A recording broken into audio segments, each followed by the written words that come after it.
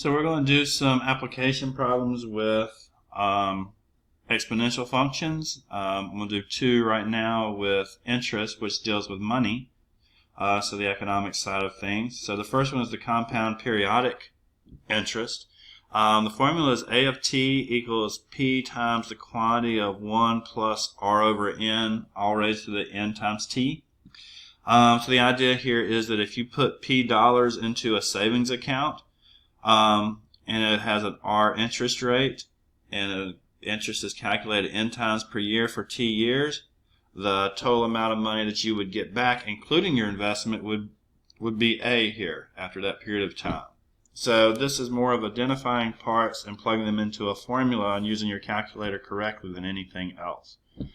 So it says Bob places $40,000 in an account that earns 3.25% interest compounded monthly. So identifying all the parts, the amount of money we're starting with, the P is $40,000. That's what Bob's putting in the account. The rate here, it says 3.25%, but we're going to use all our rates as decimals, so 0.0325. So move that decimal over 2 places. And compounded monthly, that means at the end of every month there's going to be a statement, which means 12 times per year.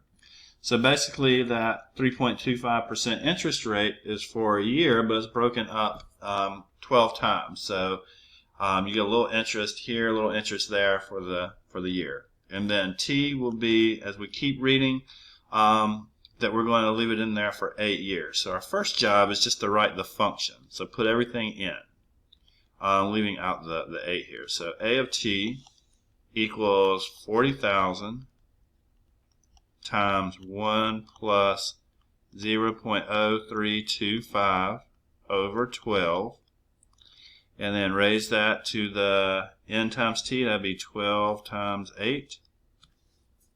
Okay, so that's our function. Okay, so when we, let me change that. Let me just leave it generic right now. Let's take the 8 out and put T in. So when we pick a T for however many years, that will tell us what the account is worth. Okay, we're going to do 8, but make sure you do it carefully in your calculator. So I'm going to put it in.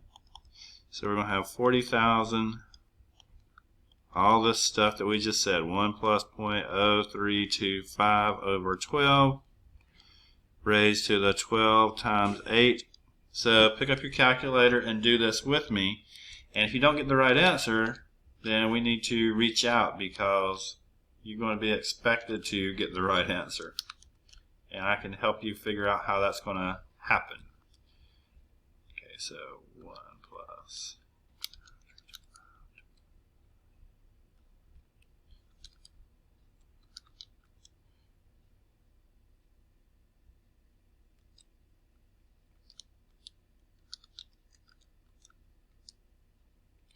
So if I'm not mistaken, and I can mash the wrong button here or there, the value of the account after 8 years will be $51,858, and we'll make it 97 cents if we take it to the nearest penny.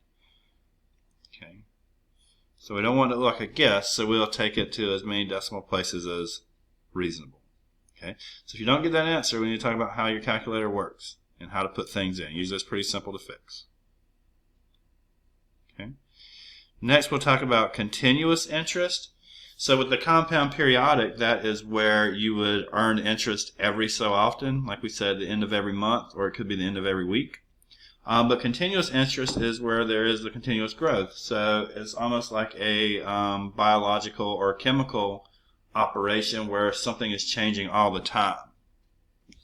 So the formula is A of T equals P times E to the RT. Once again, P is how much money we put into account. E is a constant number. It's on your calculator. It's about 2.7 something, I believe. Again, R is the interest rate, and T is the number of years. So we're going to try and identify things and put into a function. Travis places $1,575 into an account that earns 4.35% interest compounded continuously. So the P here is 1575. The R we'll go ahead and write as a decimal, 0.0435. It says write a function to calculate the value of the account after t years. So we can go ahead and do that with what we got. It'd be a of t equals 1575 times e to the 0.0435t.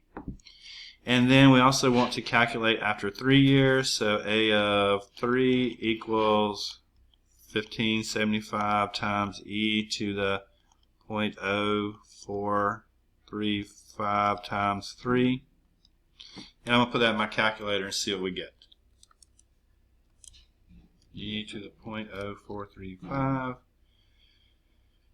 times 3 and times 1575. So this will be the total the account is worth, and I get that after 3 years this will be $1,794.55.